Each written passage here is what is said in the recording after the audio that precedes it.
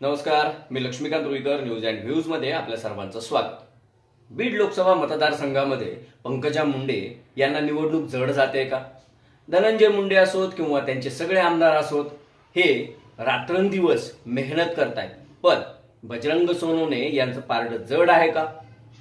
मुंडेंचा गड किंवा मुंडेंचा बालेकिल्ला म्हणून ओळख असलेल्या बीड जिल्ह्यामध्ये भारतीय जनता पक्ष आणि महायुतीची दमछाक होते का?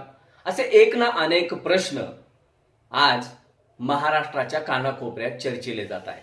मुंबईपासून ते थेट नांदेडपर्यंत आणि इकडं लातूरपासून ते नागपूरपर्यंत सगळीकडं सध्या बीडमध्ये काय होणार याची चर्चा सुरू आहे. म्हणजे 1995 पूर्वीपर्यंत बीड जिल्हा हा काँग्रेसचा बालेकिल्ला समजला जायचा, काँग्रेसचा गड समजला जायचा. मात्र 1995ला राज्यामध्ये शिवसेना भाजपचं सरकार आलं. स्वतः गोपीनाथ मुंडे हे राज्याचे उपमुख्यमंत्री झाले आणि बीड जिल्ह्यात वातावरण भाजपमय झालं.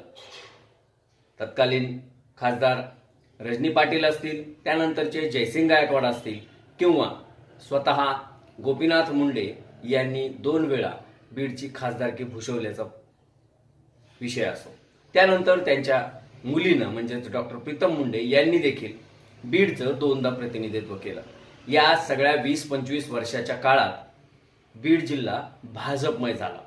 आता तो कसा झाला, का झाला, कुणी केला, हा स्वतंत्र चर्चेचा विषय. मात्र ज्या जिल्ह्यामध्ये राज्याचे कृषी मंत्री आणि जिल्ह्याचे पालकमंत्री धनंजय मुंडे राहतात, विद्यमान आमदार प्रकाश सोळुंके, आमदार लक्ष्मण पवार, आमदार बाळासाहेब आजबे, आमदार नमिता मुंदडा, आमदार सुरेश धस यांच्यासारखी 5-5, 6-6 आमदारांची फौज आहे.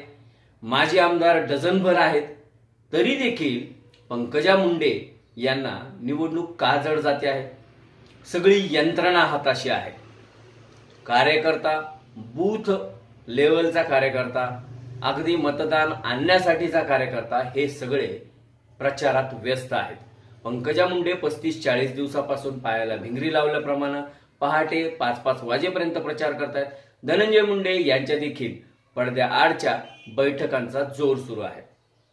असं असतानाही गेल्या 5 वर्षात कुठल्याही सार्वजनिक कार्यक्रमात न दिसणारे, जिल्हा परिषदेमध्ये सुद्धा चुकून माकून येणारे, आपला कारखाना भला आणि आपला उद्योग भला याप्रमाणे वागणारे, पक्ष वगैरे पक्षाचे कार्यक्रम यापासूनही 4 हात लांब असणारे बजरंग सोनवणे यांनी मात्र पंकजा मुंडे यांच्यासमोर मोठं आव्हान उभं केल्याचं चित्र आज तरी आहे. ही खरी परिस्थिती आहे की बजरंग सोनवणे यांच्याकडं नेते नाहीयेत, पण जनता त्यांच्या पाठीशी असल्याचं चित्र आज तरी दिसून येत आहे. निवडणुकीला, मतदानाला जवळपास अजून 9 ते 10 दिवस बाकी आहेत. त्यामुळे या 10 दिवसात बऱ्याच गोष्टी घडू शकतात. अनेक नेत्यांच्या सभा बीड जिल्ह्यामध्ये लागणार आहेत. त्यामध्ये अजित पवार असतील, एकनाथ शिंदे असतील, देवेंद्र फडणवीस असतील, नितीन गडकरी असतील किंवा स्वतः पंतप्रधान नरेंद्र मोदी असतील, शरद पवार असतील, जयंत पाटील असतील किंवा सुप्रिया सुळे, हे देखील बीड जिल्ह्यामध्ये येण्याची शक्यता आहे. पण ज्या बजरंग सोनवणे यांच्याकडे विद्यमान आमदार संदीप क्षीरसागर वगळता एकही मोठा दिग्गज नेता नाहीये, त्या बजरंग सोनवणे यांच्यासमोर जर का पंकजा मुंडे आणि भाजपची किंवा महायुतीच्या उमेदवाराची एवढी दमछाक होते आहे, तर मग गेल्या 10 वर्षात किंवा गेल्या 20 वर्षात, 25 वर्षात बीड जिल्हा भाजपमय झालाय आणि बीड जिल्ह्याचा विकास झालाय अशी जी चर्चा केली जाते ती खरोखर आहे का, यावर देखील गांभीर्यानं विचार व्हायला पाहिजे. आजच्या परिस्थितीमध्ये प्रकाश सोळुंके असतील, अमरसिंह पंडित असतील किंवा सुरेश धस असतील, हे रात्रंदिवस मेहनत करतायत. मराठा गावामध्ये त्यांना प्रचंड विरोध होतोय. लोकांचे शिव्याशाप खावे लागतायत. त्याचं कारण म्हणजे सप्टेंबर महिन्यापासून मराठवाड्याच्या अंतरवली सराटीमध्ये सुरू करण्यात आलेलं मनोज जरांगे पाटील यांचं मराठा आरक्षण आंदोलन. या आरक्षणाचा फटका सर्वाधिक बीड जिल्ह्याला बसलाय. आमदार प्रकाश सोळुंके असतील, आमदार संदीप क्षीरसागर असतील, यांच्या घरासहित अनेक पक्षांची कार्यालय असतील, सार्वजनिक मालमत्तेचं नुकसान असेल, जाळपोळ असेल, अशा अनेक घटना बीड जिल्ह्यामध्ये घडून गेल्या. आणि त्यामुळेच बजरंग सोनवणे यांना या निवडणुकीत या आरक्षणाच्या मुद्द्याचा फायदा होताना दिसून येतोय। ही निवडणूक जातीवर नेण्यात आलेली आहे। बजरंग सोनवणे हे मराठा आहेत, भलेही त्यांनी ओबीसीचं प्रमाणपत्र मिळवलेलं असेल, कुणबी प्रमाणपत्र घेतलेलं असेल, पण लोकसभा निवडणुकीत त्यांच्या प्रचाराचा जोर हा मराठा कॅन्डिडेट म्हणून आहे। आणि नेमकं इथंच पंकजा मुंडे यांचं किंवा महायुतीच्या उमेदवाराचं गणित बिघडताना दिसून येतं। पंकजा मुंडे यांच्या पाठीशी मराठा लीडर्सची मोठी फौज आहे, कार्यकर्त्यांची मोठी त्यांच्याकडे टीम वर्क आहे।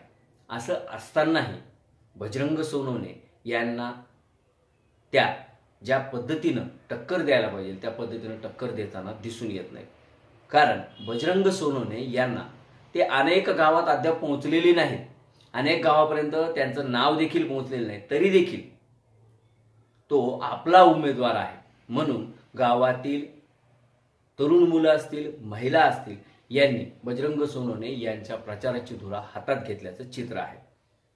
आणि त्यामुळेच ग्रामीण भागामध्ये असो की शहरी भागामध्ये मराठा समाजाच्या लोकांसमोर सगळे पुढारी महायुतीचे असो की महाविकास आघाडीचे असो हे हतबल झाल्याचं चित्र बीड जिल्ह्यामध्ये दिसून येत आहे। बीड जिल्हा हा गोपीनाथ मुंडे यांचा बालेकिल्ला आहे। गोपीनाथ मुंडे यांच्या नावामुळे पंकजा मुंडे यांना मराठा समाजामध्ये देखील 10-20% मतं मिळण्याची शक्यता व्यक्त केली जाते। मात्र उर्वरित 70 ते 80% मराठा समाज हा बजरंग सोनवणे यांच्या पाठीशी उभा राहिला आणि त्यामध्येच मुस्लिमांची काही जवळपास 70-75% मतं आणि दलितांची 25-30% मतं ही जर का गृहीत धरली तर पंकजा मुंडे यांचं गणित बिघडवण्यास ती पुरेशी ठरू शकतात।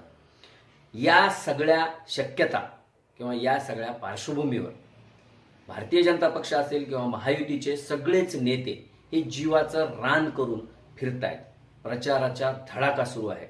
अगदी साम दाम दंड भेद या सगळ्या रणनीतीचा वापर करून पंकजा मुंडे यांना लोकसभेत पाठवण्यासाठी प्रत्येकजण कामाला लागल्याचं चित्र आहे। प्रश्न हा उरतो की बीड जिल्ह्यामध्येच कशामुळे एवढा जातीयवाद उफाळून वर आलाय की तो आणला गेलाय।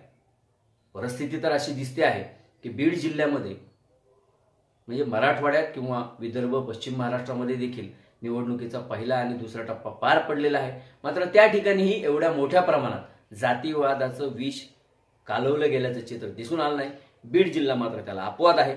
बीड जिल्ह्यामध्ये वाडी वस्ती तांड्यावर, चौका चौकामध्ये, चहाच्या टपरीवर, पान टपरीवर, हॉटेलमध्ये, बस स्टँडमध्ये एकच चर्चा आहे की पंकजा मुंडे अडचणीत आहेत। पंकजा मुंडे या निवडून येतील पण मार्जिन खूप कमी असेल। अपेक्षेपेक्षा जास्त बजरंग सोनवणे हे सुसाट निघालेले आहेत। लोकांनीच त्यांचा प्रचार हातात घेतलेला आहे। या सगळ्या चर्चा आहेत। नेमकी परिस्थिती पुढच्या 8 दिवसात कशी असणार आहे? गांधी बाबा मार्केटमध्ये आल्यानंतर काही फरक पडेल का? मतदान करू नका यासाठी देखील महायुती आणि महाविकास आघाडीकडून फिल्डिंग लावली जाण्याची शक्यता आहे। या सगळ्या गोष्टी घडल्यानंतर पंकजा मुंडे या किती मार्जिननं निवडून येणार किंवा बजरंग सोनवणे हे त्यांना कशा पद्धतीनं चितपट करणार हे उघड होणार आहे। तोपर्यंत आपल्याला 4 जूनची वाट पाहावी लागणार आहे। एक मात्र निश्चित आहे की भाजपच्या बालेकिल्ल्यामध्ये भाजपची धुरा वाहणाऱ्या पंकजा मुंडे असोत किंवा महायुतीची विजयाची धुरा खांद्यावर घेऊन मैदानात उतरलेले धनंजय मुंडे असोत, हे दोघंही बहीण भाऊ अत्यंत अडचणीत आहेत। त्यातून मार्ग काढण्यासाठी त्यांचे सर्वतोपरी प्रयत्न सुरू आहेत। त्या प्रयत्नांना यश येणार का? पंकजा मुंडे मोठ्या फरकानं विजयी होऊन दिल्लीत पोहोचणार का? यासाठी आपल्याला 4 जूनची वाट पाहावी लागणार आहे।